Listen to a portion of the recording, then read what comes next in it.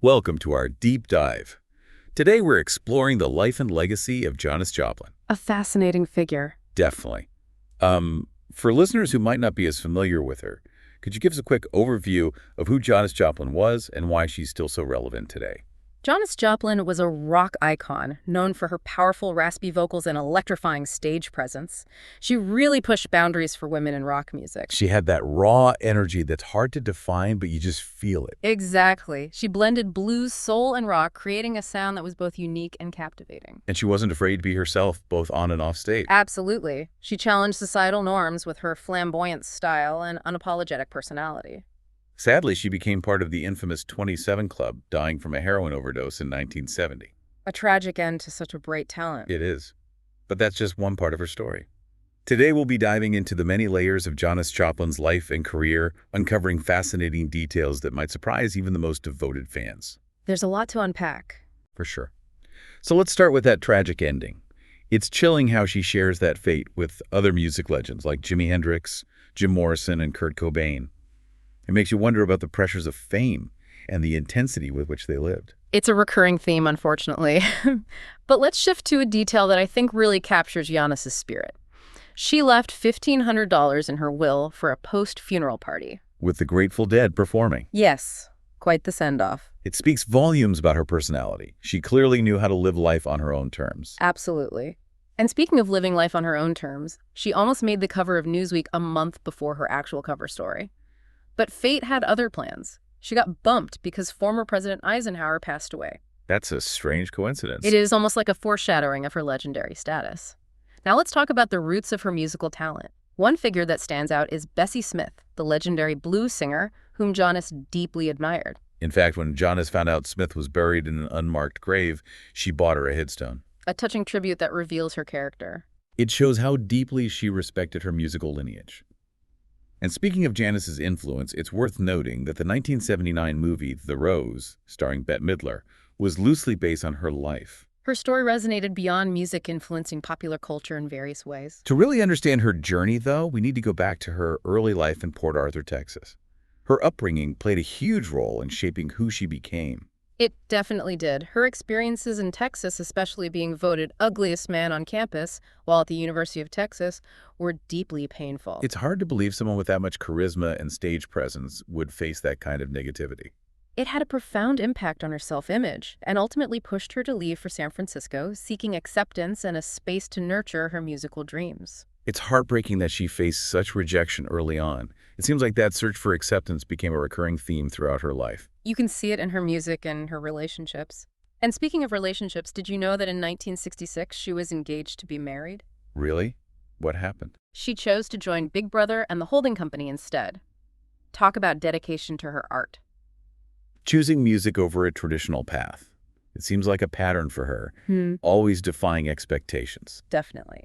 And along that path, she had some interesting encounters. For example, she once had a barbecue with William J. Bennett, who later became the U.S. Secretary of Education. Wow, that's an unexpected pairing. Right. And then there was that time she hit Jim Morrison over the head with a bottle when he tried to pick her up. Sounds about right. She had that no-nonsense side. Absolutely. And for those interested in her personal life, her sister Laura wrote a biography called Love, Janis. It offers a unique perspective since Laura is a psychotherapist. That's interesting. I'm curious to see how that background influenced her insights into Janis's life. But let's get back to her music career, specifically the band that launched her into the spotlight, Big Brother and the Holding Company. A pivotal moment for her Big Brother provided that platform for her to shine. And then, of course, there was that electrifying performance at the Monterey Pop Festival in 1967 that solidified her rising star status. Even Mama Cass Elliot was blown away, mouthing, "Wow," as Janis delivered an unforgettable rendition of Ball and Chain. It's one of those performances that people still talk about today. Definitely. It was a turning point for her career.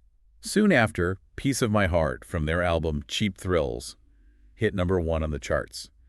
The album itself went gold within a month, launching Janis into a whole new realm of fame and recognition. Suddenly, she's appearing in Time and Vogue, performing on The Dick Cavett Show. It was a whirlwind. All while navigating a male-dominated industry as a woman with an unconventional style and outspoken personality. It couldn't have been easy. She was a true pioneer, paving the way for future generations of female artists. And that independent spirit led her to eventually leave Big Brother and the holding company to pursue a solo career. She wanted complete control over her artistic vision, to create music that was even more raw and powerful. Which brings us to the next chapter of her musical journey, the formation of the Kozmic Blues Band. Exactly. That was her first step into exploring her sound outside of Big Brother, their 1969 album, I Got Dem Ol' Cosmic Blues Again, Mama, went gold, further solidifying her place in the music world. And that same year, she delivered another iconic performance at Woodstock. It was a defining moment for a whole generation, and Janis was right there at the heart of it, embodying the raw energy and spirit of the counterculture. A magical performance that captured the essence of that era. It's inspiring how many people she touched with her music and her message of freedom and authenticity. But even with immense success, Janis was still searching for something more, a sound that truly captured the depth of her emotions and musical roots. And that search led her to form the full Tilt Boogie Band in 1970. A new chapter in her musical evolution. They participated in the legendary Festival Express tour alongside the Grateful Dead and the band. Imagine that creative energy. It must have been an incredible experience. It was, and during that time, she started working on what would become her final studio album, Pearl. An album that showcased a more mature and introspective side of Janis, while still maintaining that signature raw power. A fascinating blend of vulnerability and strength. And of course, Pearl gave us two of her most iconic songs, Me and Bobby McGee and Mercedes-Benz. It's both haunting and beautiful that those songs recorded just days before her death became some of her most enduring works. Me and Bobby McGee even reached #1 on the charts posthumously. Those final recordings are a glimpse into her soul. The posthumous release of Pearl became her most successful album, achieving quadruple platinum status and a spot on Rolling Stone's 500 Greatest Albums of All Time. Talk about a powerful legacy. Her story didn't end there, though. Her memory lives on through tributes and projects like the Janis Joplin Memorial in Port Arthur, the one-woman show Love Janis, the Broadway musical A Night with Janis Joplin, and the documentary Janis, Little Girl Blue. All these endeavors keep her spirit alive for new generations. And of course, there's her induction into the Rock and Roll Hall of Fame in 1995 and the Grammy Lifetime Achievement Award in 2005. Solidifying her position as a true music icon. What an incredible journey we've taken so far, exploring the life and legacy of Janis Joplin.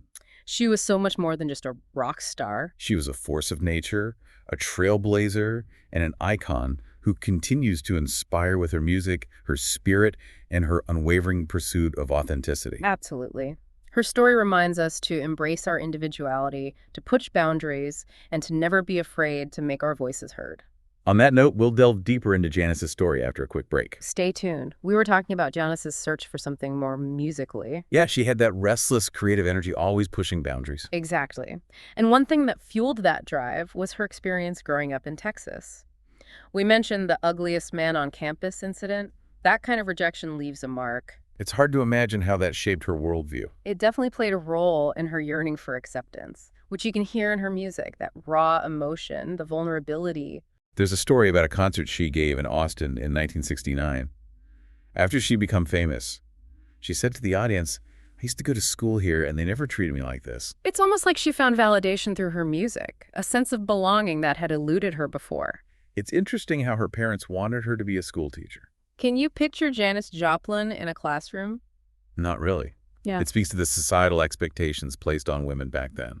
Janis defied those expectations in every way. She embraced her passion for music, forged her own path. And her musical style was so unique, that blend of blues, soul gospel country, and rock.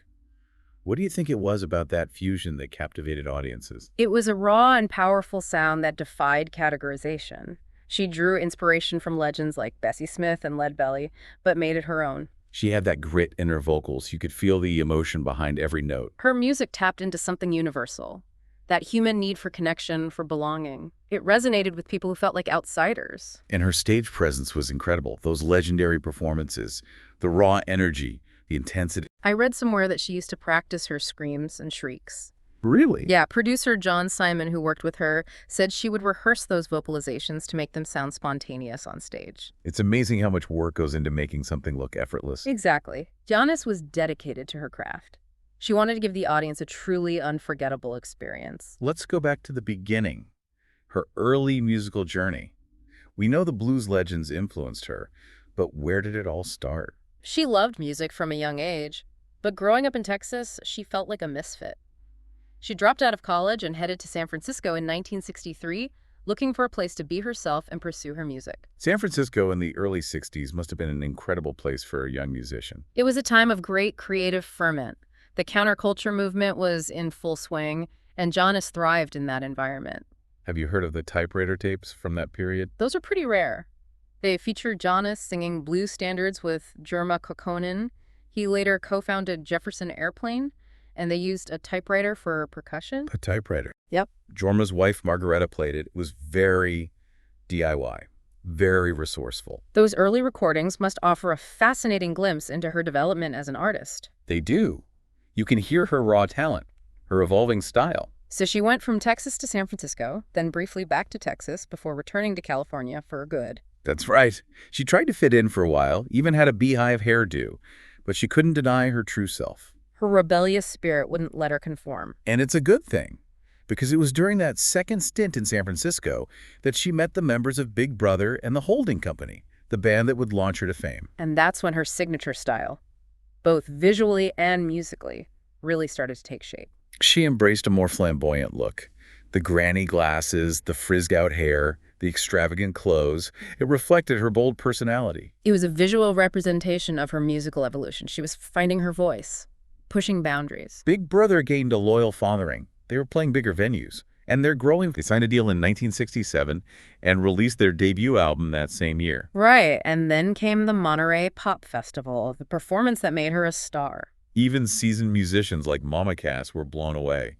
It was a testament to her raw talent and power. That performance changed everything. Piece of My Heart from their album Cheap Thrills became a huge hit. The album went gold within a month. She was suddenly everywhere. Magazines, TV shows. It must have been a whirlwind. It was, but it wasn't all easy. She was a woman in a male-dominated industry, and she was constantly being scrutinized for her unconventional style and outspoken personality. It's easy to forget the challenges she faced. It is. She was a pioneer breaking down barriers, but it came at a cost. And ultimately, that desire for creative control led her to leave Big Brother and the Holding Company. A bold move, but she needed to be free to express herself fully. So she formed the Kozmic Blues Band, her first solo venture. The Kozmic Blues Band, it was a new direction for Janis, exploring a more soulful sound. So how was her first solo album received? I got demo Kozmic Blues. Again, Mama. It went gold pretty quickly, so commercially it was a success. But critics, some of them weren't as enthusiastic. They felt it lacked the raw energy of her Big Brother days. It's hard to please everyone, especially when you're pushing boundaries. Exactly. And that same year she played Woodstock. Oh yeah, 1969. What a moment in music history. What was her set like? It was pure Janis raw energy, powerful vocals. She took the stage late at night and just blew everyone away. I bet that was something to see. It was one of those legendary performances. People still talk about it today. So she had Big Brother, then the Kozmic Blues Band, and then came the full Tilt Boogie Band in 1970. What was different about this group? The full Tilt Boogie Band, they were tighter, more soulful. They could keep up with Janis's intensity, which wasn't always easy. She was a force of nature on stage. She was. And together they embarked on the Festival Express tour across Canada with the Grateful Dead, the band. Can you imagine? It must have been like a traveling carnival of rock and roll. It was a unique moment in time. And in the midst of all this, Janis started working on her final studio album, Pearl. Pearl had a different feel, more mature, more introspective. It did. There's a depth of emotion, a vulnerability, but still that raw Janis power. And of course it gave us Me and Bobby McGee and Mercedes-Benz, two of her most iconic songs. Me and Bobby McGee, a Chris Christopherson song, actually. It became her only #1 hit, released after she passed away. And Mercedes-Benz, the a cappella track, so simple, so powerful. It shows her range as an artist. It does, and it's poignant to think those were some of the last songs she recorded, just days before she died. She passed away in October 1970, before Pearl was even finished. A huge loss, but Pearl became her masterpiece. Released in '71, it went quadruple platinum, made it onto Rolling Stone's 500 Greatest Albums of All Time. What a legacy. She left behind so much incredible music, and her influence continues to this day. All the tributes, the Janis Joplin Memorial, the Love Janis Show, the Broadway musical, the documentaries. Her story keeps inspiring new generations. It does. She was inducted into the Rock and Roll Hall of Fame, received a Grammy Lifetime Achievement Award. Her place in music history is secure. Well, what stands out to you most about Janis Joplin after taking this deep dive into her life and music? Her resilience. She faced so much adversity, but she never let anyone silence her voice and her vulnerability, that raw emotion that connected with so many people. She showed us the power of being yourself, of embracing your individuality. Exactly. And she reminds us that even the most celebrated figures face challenges. They have struggles. They're human. It's been a fascinating journey exploring the world of Janis Joplin, her music, her life, her impact. She was one of a kind, a true icon. And for our listeners, keep exploring her music. Let her spirit inspire you to embrace your own path and never be afraid to let your voice be heard. Oh Lord, won't you buy me a Mercedes?